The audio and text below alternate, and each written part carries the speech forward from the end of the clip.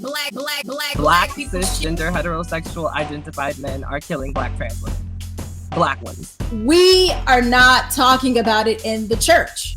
Those street guys are already engineers. If they're mixing drugs and stuff together, they're chemical engineers. If you're just like, yeah, let's kill 50 cops just because, you know, that's only a fraction of the Black people that they killed.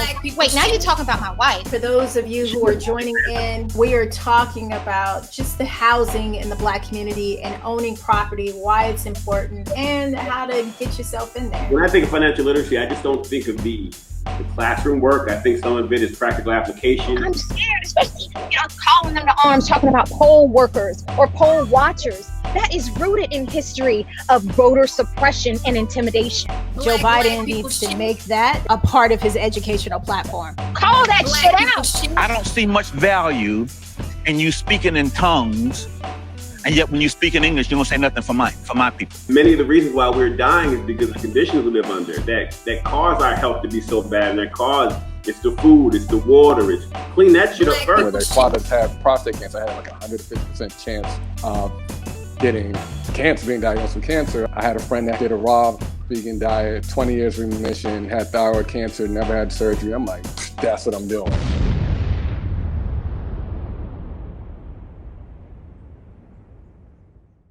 This week in Black People Shit, food for the soul, traditional African-American cooking. I'm your host, Chrystee Pharris. As many of you prepare for tomorrow's Thanksgiving celebration, we as Black people tend to celebrate with traditional Black food like collard greens, mac and cheese, but oftentimes we don't know the history from which they originated. Because of slavery and our history in this country, the food we love are usually a hodgepodge of several different cultures not of our own. Today, I have with me actress and creator of Louisiana Girl Culinary, Denise Boutte, to discuss the origins of some of her favorite food. As always, with me, actress and wine enthusiast Janora McDuffie, and writer and part-time food critic Abdul Majid. Please don't forget to subscribe, like, and share today's episode. And if you'd like to join in on the conversation, just click the link in the chat because we love to hear from you. Hey, everybody. What's up? Welcome back. Hey, yeah, happy to be here. With that introduction, I was trying to be cool and go with the theme with the wine enthusiast lip. I didn't realize I had a hole in my lip first.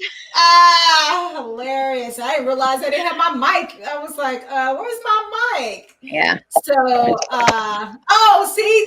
CJ said he could hear me loud and clear. That's a good mic that I got over here then. So, let's just dive in and see what's going on. So last week, two of hip hop's longtime enemies decided to put their differences aside and publicly squash their beef. Last Thursday, rappers Gucci Mane and Young Jeezy did a versus battle together after having a 15-year-long rivalry that left one of Young Jeezy's associates dead.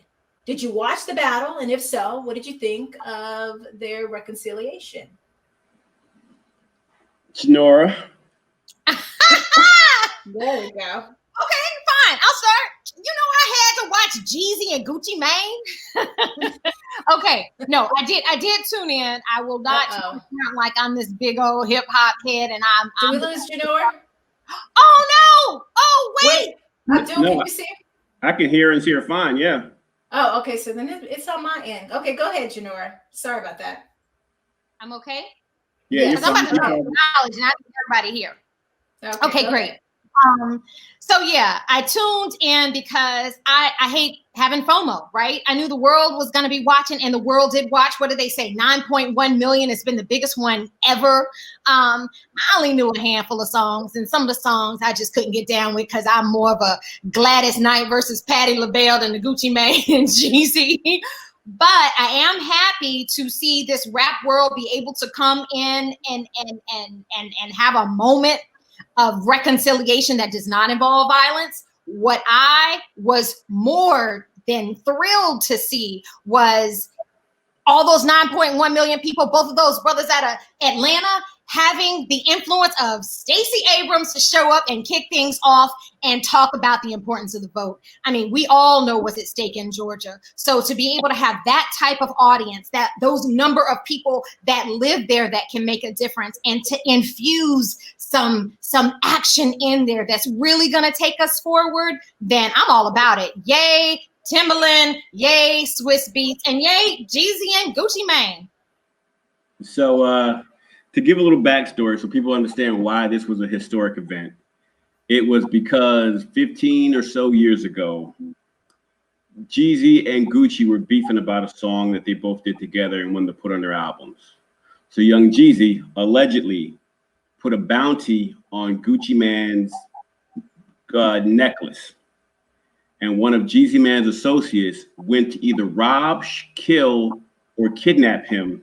And they got into a shootout, a guy named Pookie Loke. And in the process, Gucci Mane wound up killing Pookie Loke. So since that day, because Gucci Mane believed that young Jeezy put a hit on him and tried to get him killed, they've been beefing for 15 years. And there's been a lot of behind the scenes beef, a lot of behind the scenes street stuff going on with regards to just a lot of unnecessary violence. So for these two men to squash their beef publicly in the midst of, in the last year or so, you got guys like King Von, a young rapper who just got killed in Atlanta. You got, everybody knows what happened to Nipsey Hussle. You got a guy like Mo3 out of, who was it, Louisiana or Michigan? I forgot where Texas, out of Texas, Mo3 out of Texas. And all these guys died through rap beef and rap violence and a bunch of other stuff. So for these two guys to squash their beef publicly, to show these younger generations that you can stop the violence and end the beef, and it doesn't have to go until somebody dies. And I think that was more important than the music whatsoever. I just think the idea for two black men to squash a generational beef, that's more than a generation. It's like 10 years, a generation and a half of beef. Right. Publicly stop their feuding and show these younger guys who are being murdered left and right by other black men. I think it's a good thing. And the songs are good, but beyond that, I like the sentiment of stop the violence. So Legacy said, great ending to the battle. They were even in the same club afterwards. I hope they can influence all of their colleagues to maintain their peace. And I think that's so important. My biggest thing was I was watching it. I didn't watch the whole thing, but at some point in time, I was a little nervous because I was like, well, are they about to start fighting? And because they seemed like they was going at it a little bit. And I was like, what's happening here? So in that middle part, Gucci Mane did a song called Truth, which was a diss song to Young Jeezy and the guy who was Young Jeezy's friend who he kills. And in the song, he says, I should dig his body up and send him back to you. He should and he rapped that live on air. And then after that, told him, if you send 10 more people to me, I'm gonna send them back dead. And we smoking on Pookie Loke tonight. So he just was throwing jabs in that little middle section. And it looked like he was about to get it shaken for a minute. Yeah, it did. I was like, oh, snap. Like, do I really want to be watching this? I don't want to watch nobody fight. But then I realized that they made up and stuff. And I love the thing about the Stacey Abrams. So all of you guys who are in Georgia, please get out there and vote. It is the most important thing. It's really, really important. The election is not over. So just make sure you guys get out there and vote. And what you're throwing in the importance of the vote and rappers, Ice Cube with his plan and wanting Black America. With his Black American plan.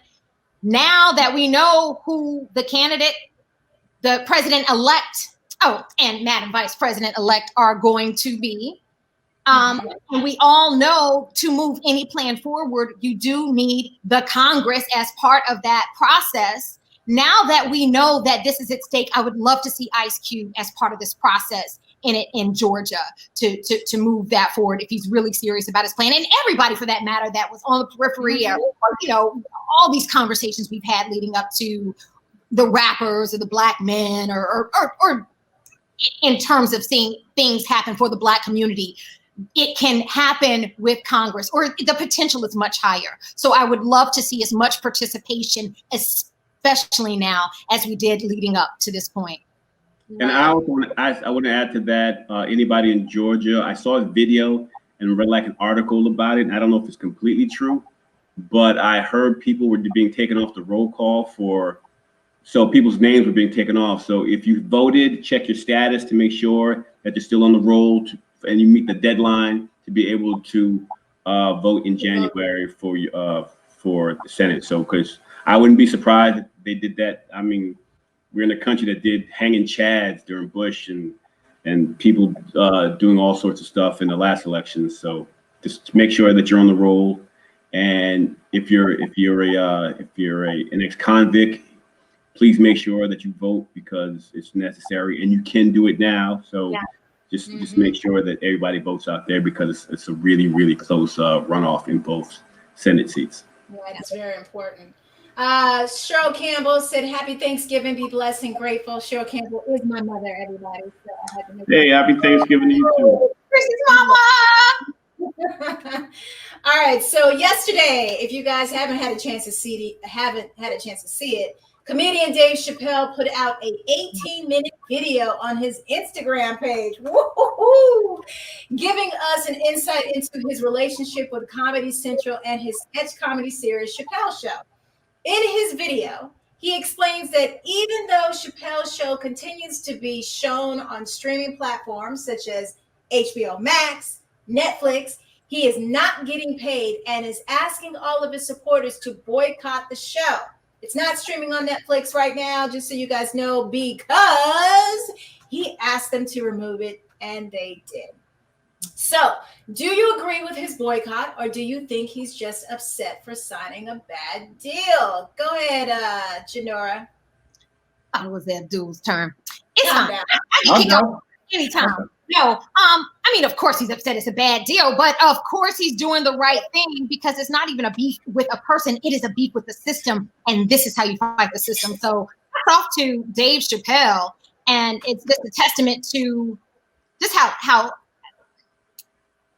not just how dope the brother is, but you know, he's had such a long career, how genuine he is, how genuine his audience is. I feel like if he was just any other guy, like up and coming kind of, he might not be able to have that kind of clout and that kind of pull for him to call up Netflix or tell his audience whatever, and the audience go for it. So I think that's a testament to who he is as a human being and a brilliant man. But yes, way to go to tackle the system. And I think more people in his position should be able to and hopefully unite to step up to beat the man. That's the man, or that's a segment of the man that we always kind of talk about in this way that isn't necessarily concrete, but this is a chance where it is, and he's throwing a blow, and I hope he feels it.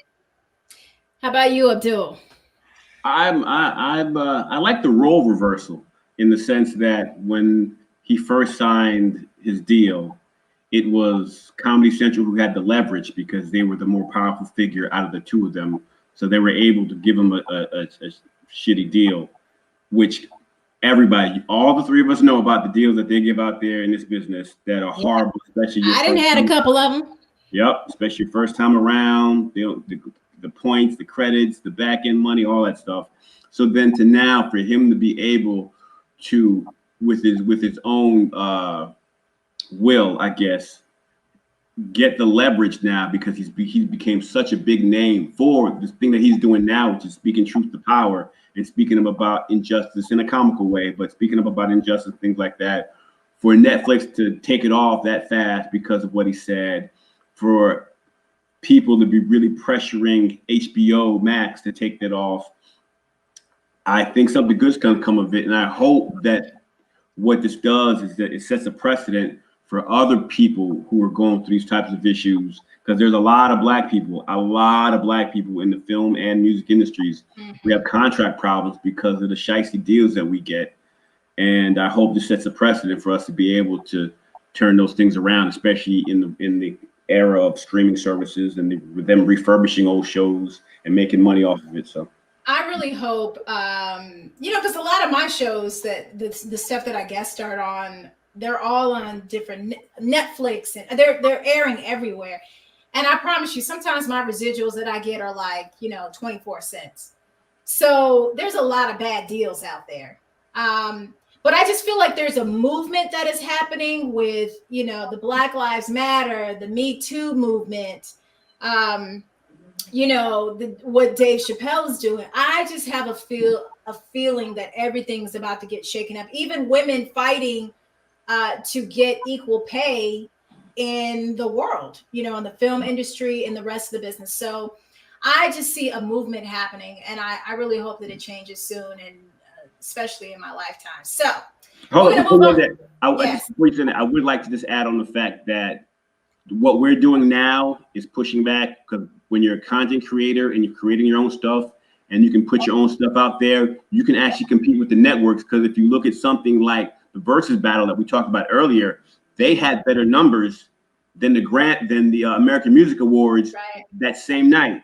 They had I think 3 million more people than the American Music Awards. So something that two guys built can go up against a big machine. Something that you, I, or any other Black person who's creating content can push back against the system. Well, and this is why we created this, so that we could talk about the things that we want to talk about and allow the networks to come after us. So that's the whole goal. We're going to introduce our guest coming in, but I just want to say, Tim says, the situation happens every day across many industries, not just entertainment. Those who start out usually have no leverage. God bless him for taking on Goliath. And that is for real. He definitely took on Goliath. Okay, so I'm so super excited because our today's guest is a Louisiana actress whose passion for food led her to create spices based on her hometown flavors. So many of you, hold on one second. I want to make sure that I show a couple of little things here. Many of you know Denise Boutte for her many films and TV series such as Tyler Perry's Meet the Browns and Why Did I Get Married? Let's see, Why Did I Get Married? TV ones for The Love of Ruth and Media. Of course, that's what she and I did together, which I was so super excited. And BET's Her Only Choice. But today, Denise is displaying her talents in the world of culinary arts. A self-proclaimed foodie, Denise has added author to her list of accomplishments with the cookbook entitled Southern Modified, alongside Food Network chef Janora Wells, and her ever-growing list of Louisiana-grown products and spices. Everyone, please help me welcome Miss Denise Boutte. Woohoo! What's up? Hey, excited. You know what? I kind of just wanted to keep you guys going for a while because this was good. Oh my word. Yeah, I'm thank curious. you. I was just like, do I have to interrupt? This is some good stuff. Yeah, we usually tend to talk about things that people want to talk about or whatever's trending and putting a twist on it. I mean, because Abdul is always bringing, this twist of like, well, let me get to you what the reasoning and the history behind it. And then Janora is always coming with the love, but no, we got to change. And I'm always smack dab in the middle of like, I'm feeling the love, but we need to make some change. Just like we were talking about. Look, I have my Saints cup right here, but Abdul told me, honey. I'm serious. I was just like, are you serious right now? So behind the scenes, right before the show started, we were all on here, and Abdul. So Denise showed her cup, which has a New Orleans Saints logo on it, and Abdul schooled her with what information, real quick. I was telling her that during slavery, that symbol, the fleur-de-lis, was branded on the side of the slave's face when they would run away for the first time. So to now have that symbol on a bunch of the sides of Black men's faces on football helmets is the reason why I didn't like the team. Mm-hmm. Well, so while they're changing, the Washington Redskins and a couple of other names out there, they should be changing, the New Orleans kind of symbol. But I'm not drinking my water no more. But anyway, we're gonna get to you. So Denise and I had the opportunity to work together on a show. Oh, is it up here? No, it's. I didn't put it up. It's usually up. I always have, one of my little posters. But Denise and I had a chance to work on media together, which was amazing. But in the meantime, in between time, Denise, who is this person who loves to cook, who cooked for us one day, decided that she was going to create this cookbook. So can you tell us a little bit about it? And I see we have a little one over there who also is on her Instagram, who always does her little cooking and showing us how to use all these spices that Denise came up with. So now you know I told this child, Jordan, go in your room and be quiet for a while mommy does it. Yeah, and here she comes. So anyway, yes, I'm Weezy Ann, and this is Weezy Jr. right here. Yes. I love it. Hi, Jordan. Say hello. Yay. All right, now let mommy do her thing. Okay. All right.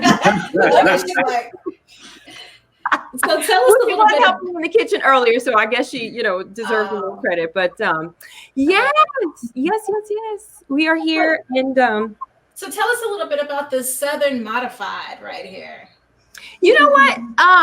Chef Janora Wells and I met on the Tom Joyner cruise several years ago, and we just hit it off. Like he and his wife, and also my husband and I, we just talked the entire time. And so after talking, we started, coming up with ideas. We sat down, in a special, a conference room, and we came up with the idea to do a cookbook together. But because he's from Atlanta, we wanted to do something that was a little healthier. So we took old school dishes that everybody knows, and even gumbo, stuff like that, and we made it healthier. And that was part of the inspiration behind the spices, was the conversation with Janora. Actually, when he came to the house, he was like, this is good. He was like, what did you use on this salmon? And I was just like, oh, a little something I mixed up. He was like, you need to sell this. And I was just like, no, I was like, I want to do pralines, which is something that I was inspired by years ago. I was like, but yeah, to do it. He was like, no. I have an FDA certified kitchen in Atlanta. I need this to happen. I want to help you make this happen. And then he told me, he was like, don't get on the shelf with one.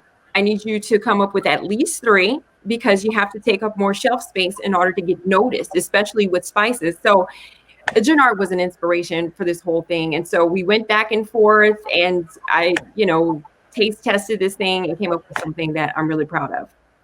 Go ahead, Janora. I know. So he's an awesome guy, a really awesome guy. And he's making big strides, So I'm sure we'll see Janora with his own Food Network show really soon. McDuffie, go ahead. Yeah, that's fantastic. And there's no such thing as a coincidental meeting. No. Of soul lines. And shout out to the Tom Joyner morning cruise, man. And just now cruises in general. But yeah, I know. Yeah, they had to postpone this year. But yeah, I was just like, Doran, I was just here to party and have some fun, have some drinks. But okay, I'll work. Wait. But let me just say, not only did she get, she met this man, they came up with this book, but that's also how she got on media too. Because I remember you telling me the story that you met Kathy Hughes. Yep. Mm-hmm. Yep. And you see, that's what I always say.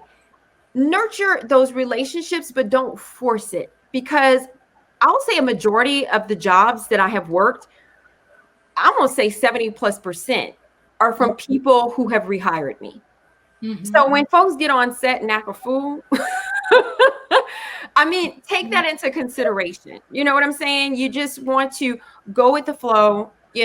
Like I said, don't create relationships that aren't real and fluid, but you want to make sure that you show up, do your job, treat everybody with respect. And those are the people that come back over and over again. So yeah, I'd met Kathy Hughes, and sure enough, when she was putting this drama together, here we go. And there were several folks such as Chrystee, who I'd worked with before, that were a part of that cast. So we had an amazing time.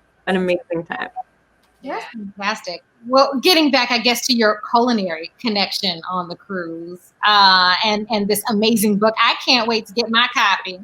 But in the meantime, as a sneak peek, what's your favorite recipe in there? You know what? I have to go to my nannies. A lot of this is inspired from my family members, and that's what it is. I tweaked it in order to make it healthier because the spices are all low sodium and all natural. And so she does a smothered okra that is phenomenal. I don't even like okra.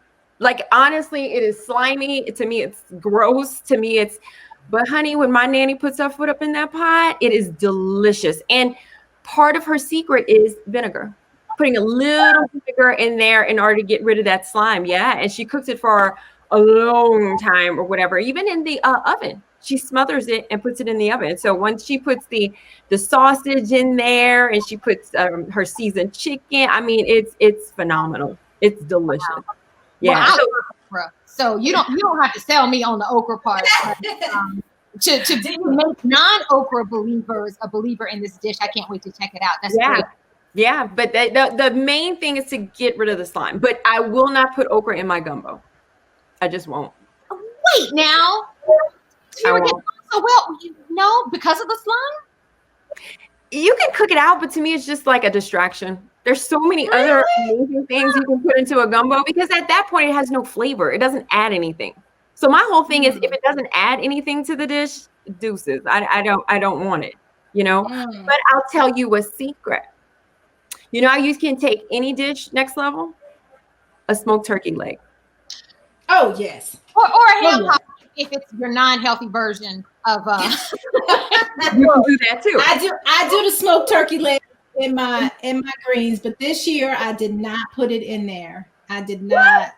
I know it was, to be honest, because I live in a white neighborhood and I just couldn't find one. And I said, so I just started, doctoring improvise. Okay, well, you tell me how that turns out because that's, to me, that takes it up next level. Yeah.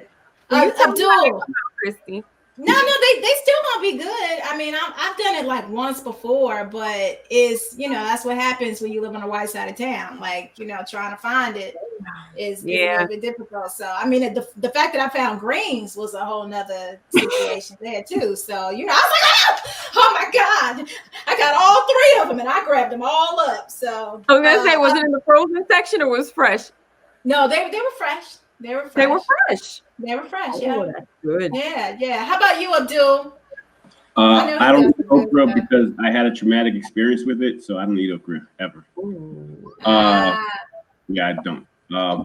So having written this book and having gone through the process of actually written this book, how would you describe traditional Black food? What does that entail to you? Maybe not the textbook definition of it, but to you, what is that? How would you define that?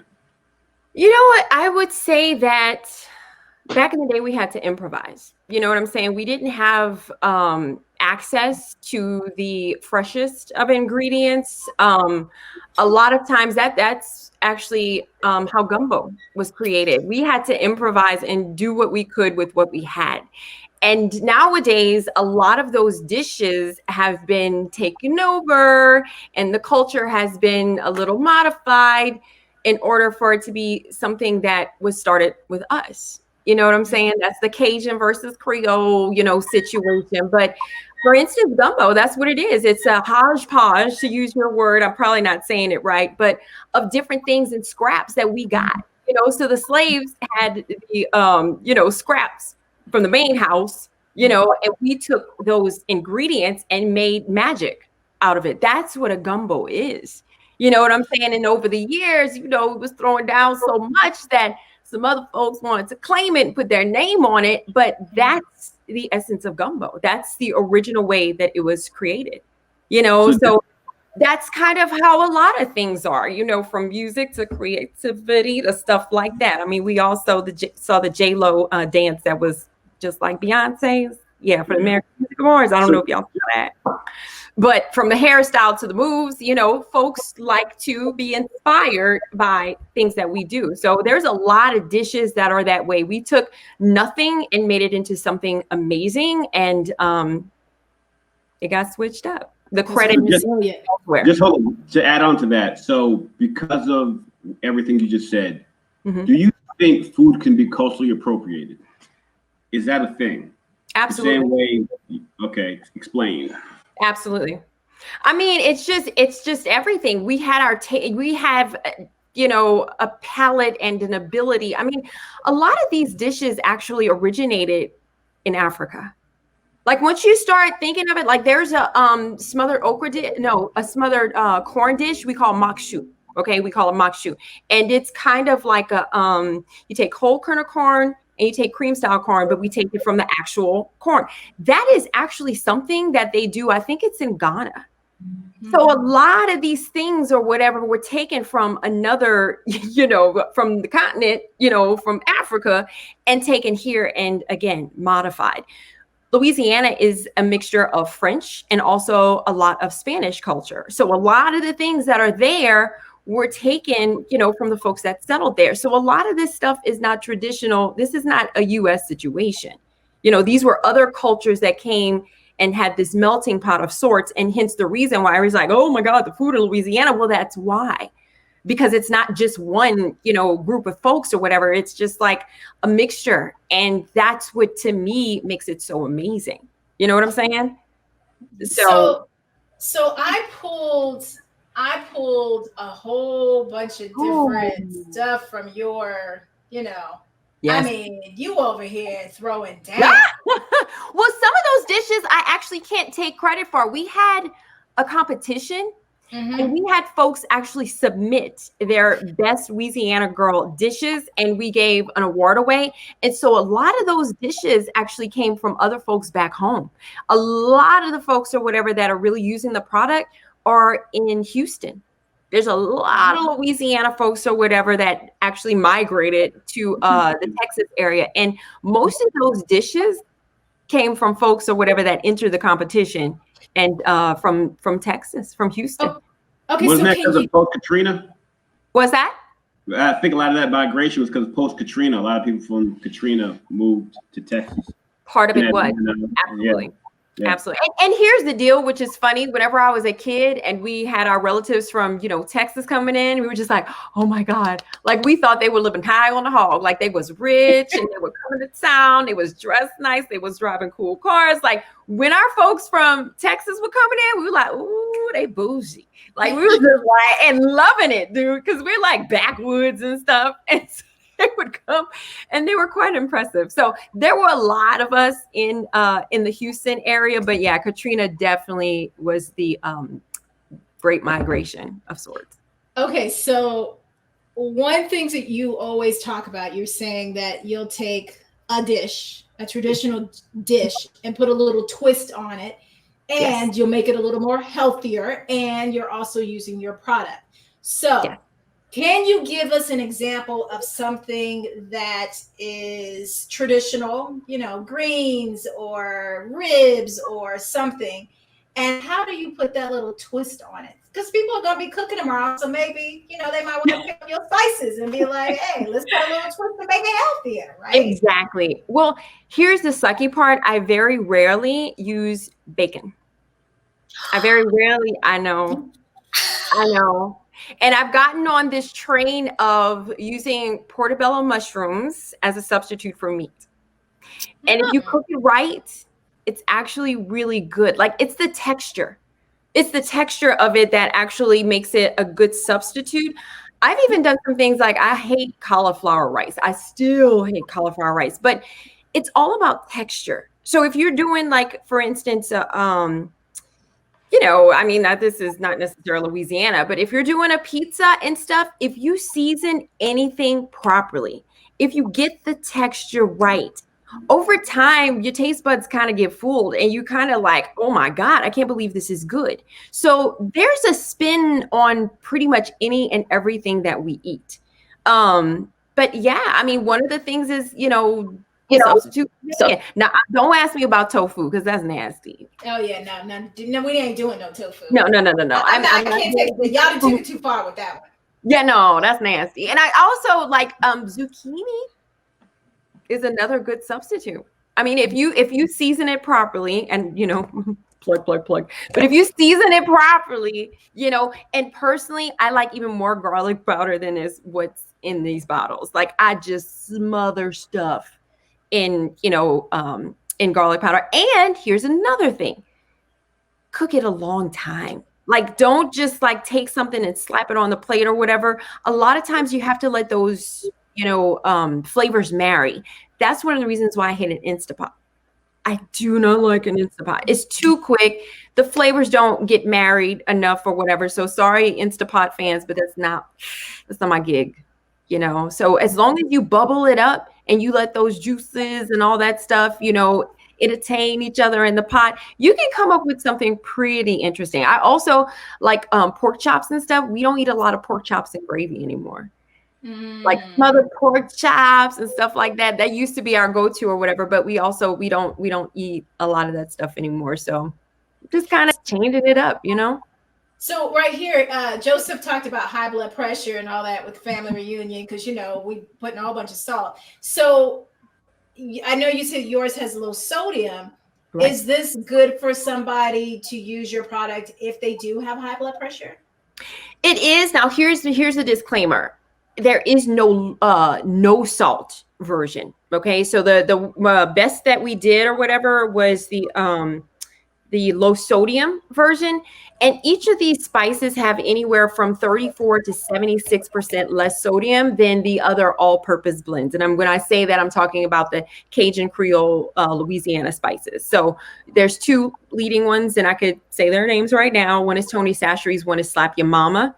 So if you compare their original spices to these, that's how much less salt you'll get. And again, it's all natural. You're not getting any weird stuff in there. You can pronounce every single thing, every ingredient that's on the label. Okay. Yeah. So you got it, Janora? Yeah, because I'd love to continue this conversation about seasonings and your special blends, Denise, because I'm a Slap Your Mama fan. I mean, actually, if I could say so myself, I think I am sometimes from Louisiana, baby. I mean, that was probably horrible. But the point is, Louisiana and New Orleans, one of my favorite times in my life. And part of that is the food. And I do my own crab boil version. And I use Slap Your Mama, but I do know I'm also pushing the sodium and looking forward to finding more or just better options. Right. So the current option I would rather use an independent option that looks like you. So, well, that said, you know what? Here's the deal. Again, like I was saying, if you have the right stuff to marry there, you don't really miss it. And so, like, for instance, instead of black pepper, which is not as healthy for you, there's a chipotle. I use chipotle. I do not use black pepper in anything. To me, smoked chipotle has this, again, this smokiness, this earthiness that to me, you don't need the black pepper. Now here's the deal though. Here's the other thing that separates it. There's a tinge of sugar in there.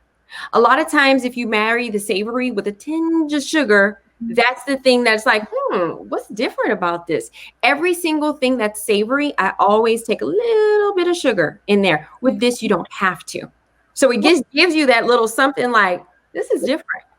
So between the smoked chipotle and the little dash of sugar, you'll definitely notice a difference. So you don't have to really worry about the salt because your ingredients are compensating with a better flavor profile than what you used to. That's great. Can you just quickly go through each of the different seasonings that you have? Oh, my pleasure. My pleasure. So this is the OG right here. This is the Louisiana Girl Low Sodium. Okay, here she comes again. This is the Hot and Spicy right here. Oh, I can't show the label right. Oh, let me tell you something though. I think it's too much lighting on it. So I had my photo on this thing. Here comes little Miss Thing that says, well, I am Louisiana Girl. So how about you put my picture? So I got replaced by my own kid.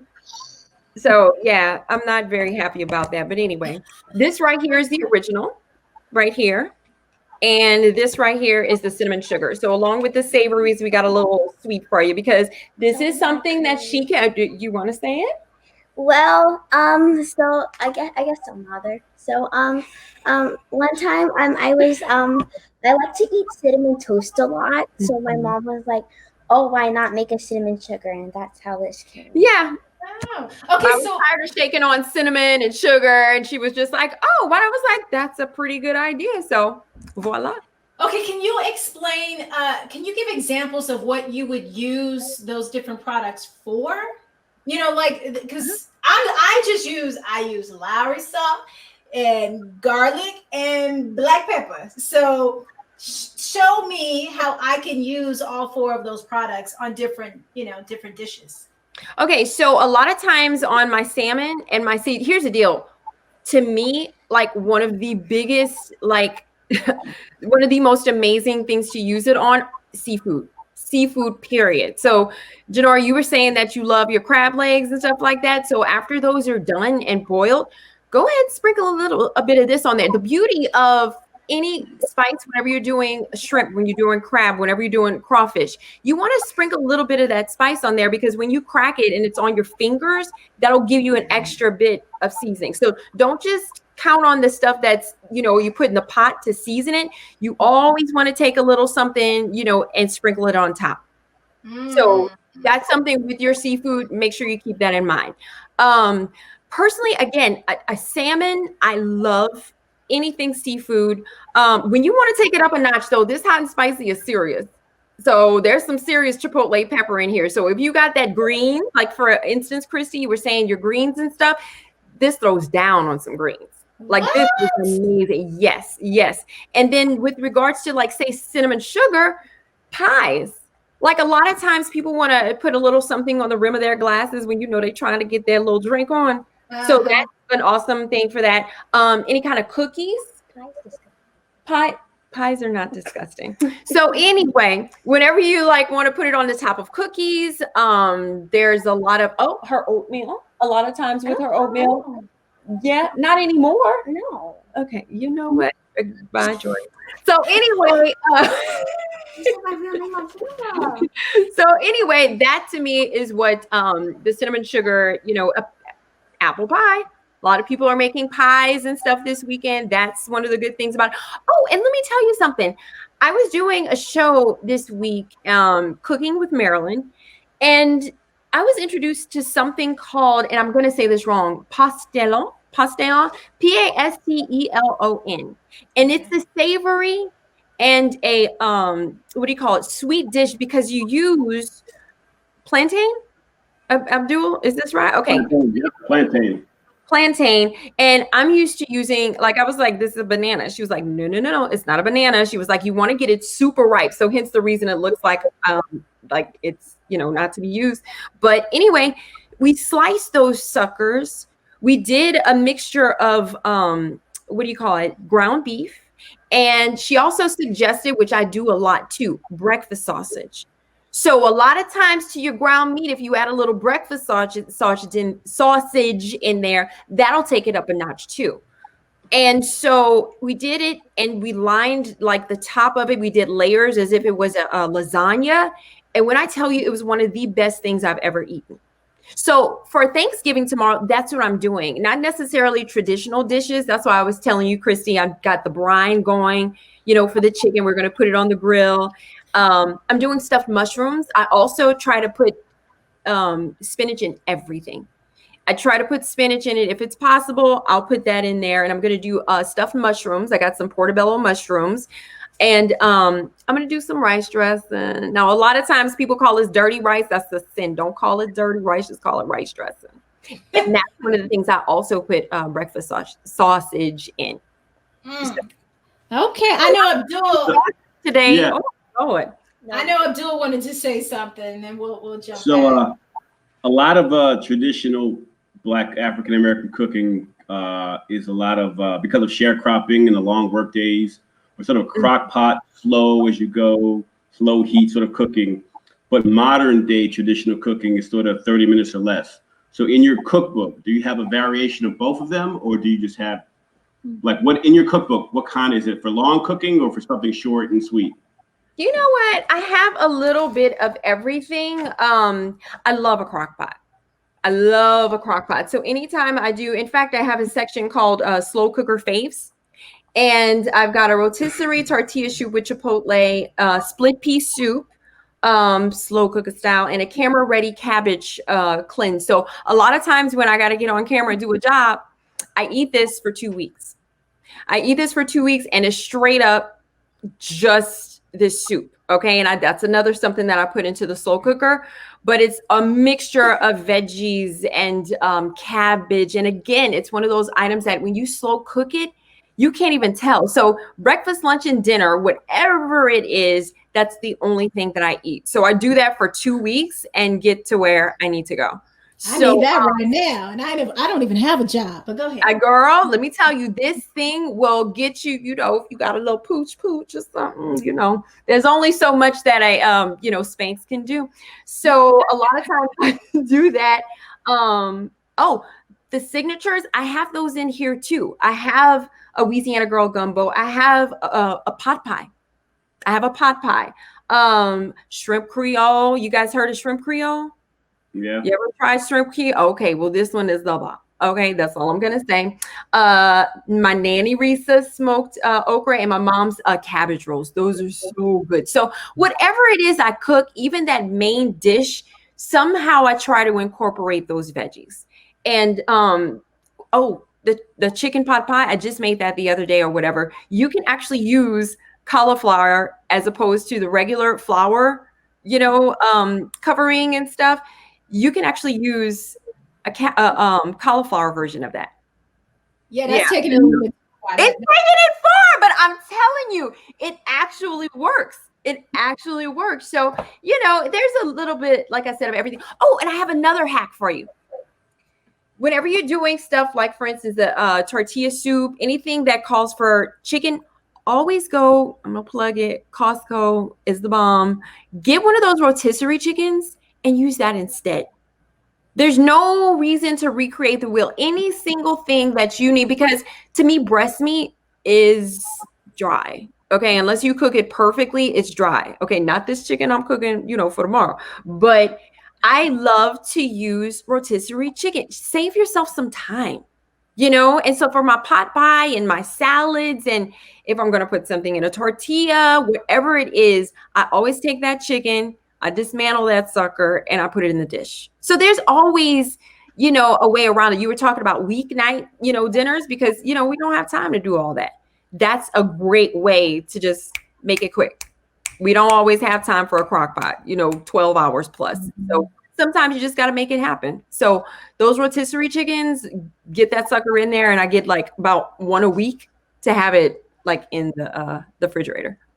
Are your spices, local, or do we have to order them on your website? So the website is how you're going to get it, anywhere, in the US, but locally speaking, my sister-in-law, Shayna, is actually the marketing director for the Southwest region of Louisiana, but we ship or whatever. So she's in the New Iberia area. We call it a parish. So she's in New Iberia Parish, but she handles Lafayette, Vermilion, all those areas. And so she'll either deliver in person or she will sell direct. And we also have 5 local grocery stores that we're in. And it's called New News, girl. So New News,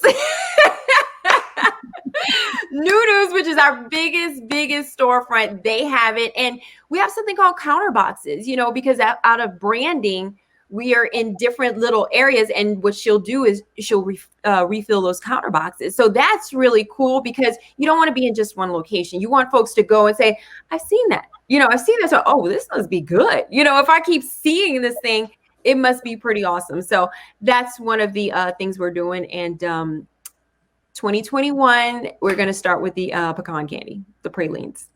Yes.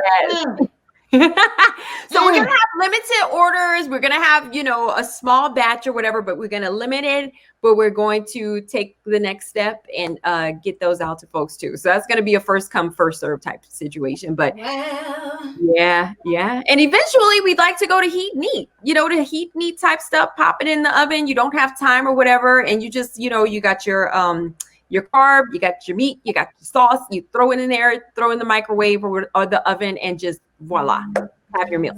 So Joseph said, I can't wait to move back home next week. I'm over here in tears just listening to Denise talk about seasoning. May God bless your family. And she got me. She just throw in a baby bib for your boy. I like that too.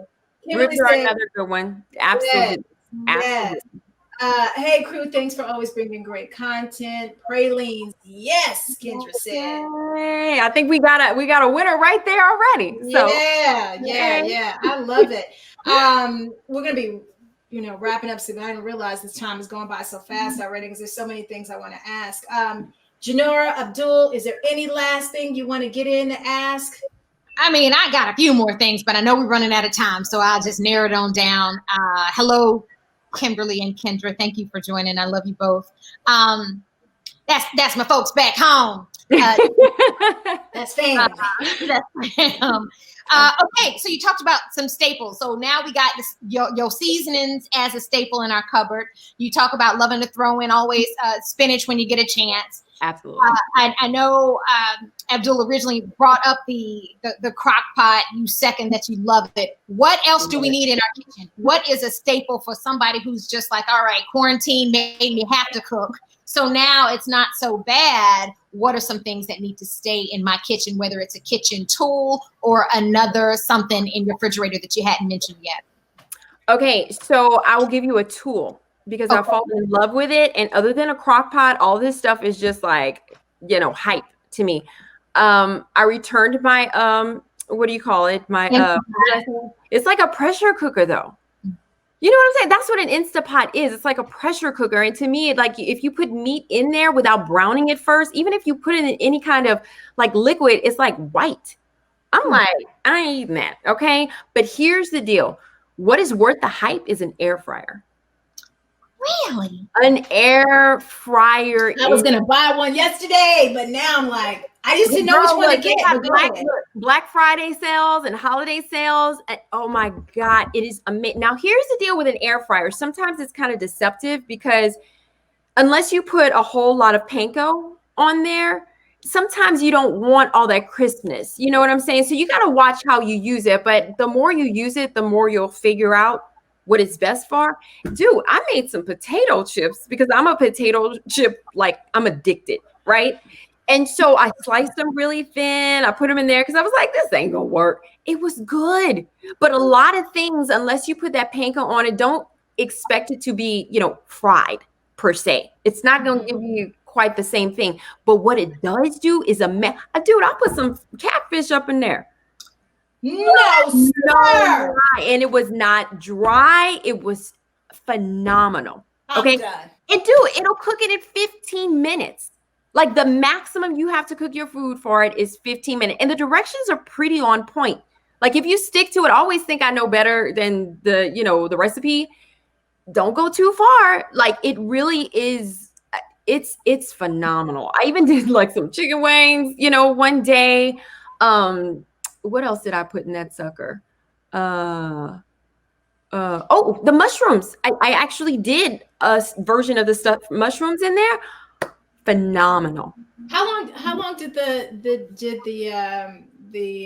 you just said chicken wings? How long did that take? 15 minutes. Now they weren't huge. But what you do is you put it in there and you have to flip it. Mm-hmm. So everything that you're going to put in there, you have to make sure that you flip it halfway through.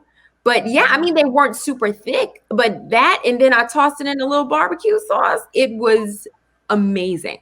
Okay, you sold me on that one. Abdul, did you have something? That air fryer is serious. Oh, and shrimp. Oh my God. I mean, now mind you, like I said, the Louisiana girl on there, don't put anything on your shrimp. Put that sucker in the air fryer. Shrimp cooks like that. You make sure that you do that little butterfly situation on the back, and it is amazing. Do you put your seasoning on first and then put it in the air fryer? I do. Is that what you do? Yes. Okay. Yes. Right. So I'll always use a little grapeseed oil. Don't cook with olive oil. Why is that? It's a carcinogen. If you heat olive oil is meant for dressings. I found this out, and I mean, this wonderful woman that, she's a vegan and she's a clean eater. She said, do not cook with olive oil. Whenever you heat it, it becomes a carcinogen. Grapeseed. She told me another one, but now all I use is grapeseed. And if you notice, grapeseed will burn a lot slower than olive oil. It's not meant to be cooked with necessarily. So coat it in some grapeseed.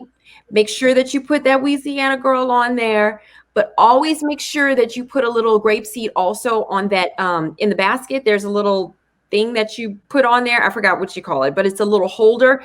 Make sure you put that grapeseed on there because you don't want it to stick. It's supposed to be non-stick, but you want to put a little coating on there. And it's phenomenal. I can't say enough. I know. I've been cooking with olive oil for I don't know how long, thinking that it was good for you. So. Same thing here. Same thing here. I just changed that about like 4 or 5 months ago. I was like, oh, what? Oh, hell no. Go ahead, Abdul. I know we kept going. No, it's all good. I actually fried chicken with truffle oil once, and that was a whole nother ordeal. But so for anyone, I don't know, because I got it as a gift. So I got a bottle about that big, as like a huge bottle of it as a gift. And then I went to Dean and DeLuca to try to get it again. It was like $200. So anyway, but it was all right. Oh, but so to anyone wanting to buy your books or your spices to give someone as a Christmas gift, because of Corona and everything else, is there like, should they do it 2 weeks in advance? Is there a time limit that so they'll be able to get it in enough time to package it and give it as a gift to their family? You know what? Usually it takes about 3 days. Again, that's like bearing the whole holiday situation, or for you to get your spices. And that again is on LouisianaGirl.com. The book, however, is sold on Amazon. So if you go to the website and you want the book, it'll immediately transfer you to Amazon. So that's where you can get the book is on there. So and this was self-published. Like, you know, Janora and I didn't go to somebody to do this. I mean, and that just shows you, like you're saying, you know, Chrystee, don't wait on somebody to give you an opportunity. Create your own. You know what I'm saying? There's everybody. I mean, there's folks that got makeup and this. I'm just like, don't you have enough makeup lines? If you brand it and you promote it, I mean, social media is the best vehicle. I was in advertising for almost 5 years in Dallas. There is nothing like social media if you're diligent. And I'm slapping myself on the hand because I could do way better. But if you push this and promote this, I mean, the right way, it'll take you next level. You know what I'm saying? So yeah, so everything is available on the website. We are having a sale on the spices. If you buy 2 of any combination, you get 1 low sodium free. So I know everybody's got a New Year's resolution coming up, so you can start early. And if you buy 2 of anything, any of these combos, you get 1 low sodium free. Okay, I love it. We want to thank you for coming on and sharing your wisdom. Oh, my pleasure. My pleasure. You guys can check media is still on TV1 airing somewhere out there that we're in. Real quick, is there anything we can catch you on right now? Are you working on anything coming up we can help promote? 2 things. One is coming out on BET. I just heard on Valentine's Day, and it's called Never and Again. So that's going to be on BET on February 14th. I was like, when is Valentine's Day? So that's going to be awesome. And I'm actually we're in pre-production on a movie in Louisiana. Oh, nice. Okay. Well, we'll make sure please let us know, and we'll promote it on the show. Yeah. Just so you know, yes, Joseph, she is going to be selling pralines in the first of the year. Yep. Monica said she is buying her spices and book right now. Oh, so, Monica and I go way back. We want to do our BPS person of the week real quick. Denise, what we do is we honor a person in the community who is doing something wonderful, lovely, that is help promoting the community in some way, shape, or form. So our BPS person of the week is a 7-year-old Maryland boy who turned bullying into helping others. As a 2nd grader, Calvinat Bell wanted to take the dark feelings he felt and turn them into love and positivity. So with the help from his mother, he started a GoFundMe page to help give back to his community in Maryland. It's Gothenburg. So he began creating care packages with toiletries and groceries for the elderly people in his community using his own savings, birthday and Christmas money. So his own savings, birthday, and Christmas money. Eventually, fueled by donations, Kavanagh and his mother opened up a food pantry in a warehouse that a local logistics company allowed them to use. Today, with his food pantry thriving, Kavanagh has shifted his efforts to helping Pine Ridge Indian Reservation in South Dakota, home of some of the poorest communities in America. He said he settled on Pine Ridge after he and his mother took a trip to Mount Rushmore 2 years earlier and was shocked by the poverty as they drove through the reservation. Now, with the help of his GoFundMe page and Amazon wish list, he was able to deliver $20,000 worth of food, hygiene products, and cleaning supplies to Pine Ridge, and said, "I want to do more stuff to make them happy." So, Kavanagh Bell, for your love, and willingness to turn a dark moment for you into a positive life for so many others, you are our BPS Person of the Week. I'm Chrystee Pharris. This Week in Black People Shit. So he was bullied and he had to do this, which I think is such a wonderful situation. And before we leave, you guys, we want to say again, thank you for joining us every single week. We thank you, Denise Boutte, for coming on. My pleasure. My pleasure. We love talking to you guys every single week, and we'll be taking, a few weeks off for the holidays. But please set your calendar and reminders to Wednesday, December 23rd, when we will be doing our BPS holiday special, Christmas. Never before. Before we go, we just wanted to take a moment for each of us to say a few words about what we're thankful for, especially during these times that we've all kind of faced this year. So, Abdul, I'll start with you, Denise. What are you thankful for? You know what? All these months cooped up in the house, everybody took it as, oh my God, I'm stranded into my own home. But it was a chance to kind of sit back and regroup and rethink. And, it's all about how you look at things and the silver lining. So that was pretty awesome. And reconnecting, with even my little girl, it was homeschooling was something, but she's getting to an age where it really allowed me to see the little, young lady that she's developing into. So that was pretty awesome. And yay, Joe Biden. All right. I love it. Joe Biden and Kamala. Yeah. Turn the White House black. Yes. Abdul, for you. I'm not going to talk about my hate for those two, but so there is a Arabic proverb that says, "You plan, but God plans better." So even though this year's been hard for a lot of us, I'm thankful to God just for His presence in my life and the abilities and things that my family, my father, of course, and all my brothers and sisters, my friends, just the fact that it's being healthy and not having COVID and things looking up in the right direction for a lot of things. So, but mostly I'm thankful to God just because God is God. So. And if you guys are out there watching, if you guys want to put in the chat what you're thankful for, we would love to see that right now. So, Janora, what are you thankful for?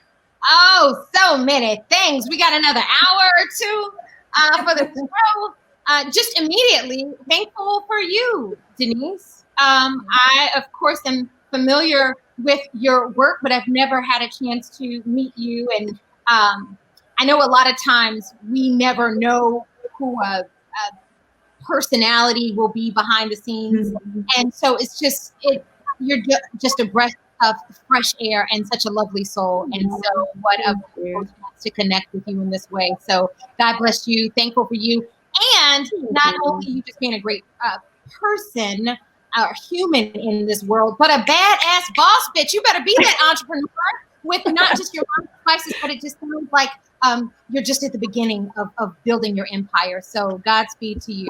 Thankful for you, Chrystee, and even you, Abdul. Both created something fantastic, and I am so blessed and honored that you all asked me to be part of the second season on this journey. And so what a blessing to be able to at least be a respite one day a week where people can find and get something good in their life. So what a blessing to be part of that. So grateful for that. Of course, always grateful for my family and for their health. And for them showing up, not just my blood family, but my friend family, sister girl family that show up to support and show love.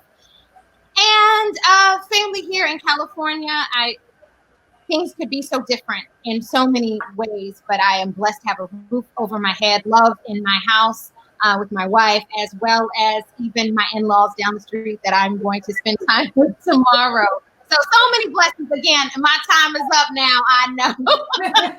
But I can go on. And I think the times where I do get sad or down, which happens because life is life and we are human, coming back to what we are grateful for is always the first way to just be picked back up and back in the game. So thank you for this opportunity to be able to share.